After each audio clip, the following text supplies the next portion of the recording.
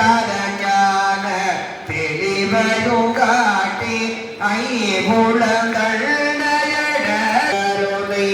இனிதர கருளி சேர்ந்து விநாயக போற்றி போற்றி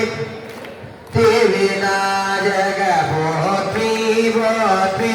சேர்த்து விநாயக போற்றி போற்றி சேர்த்து விநாயக போற்றி போற்றி கருவிகளொடுங்கோ கரத்தினை அறிவித்து இருள் வினைகள் ஒல்வரில் வாயில் ஒரு மந்திரத்தால் ஐமுலகதவை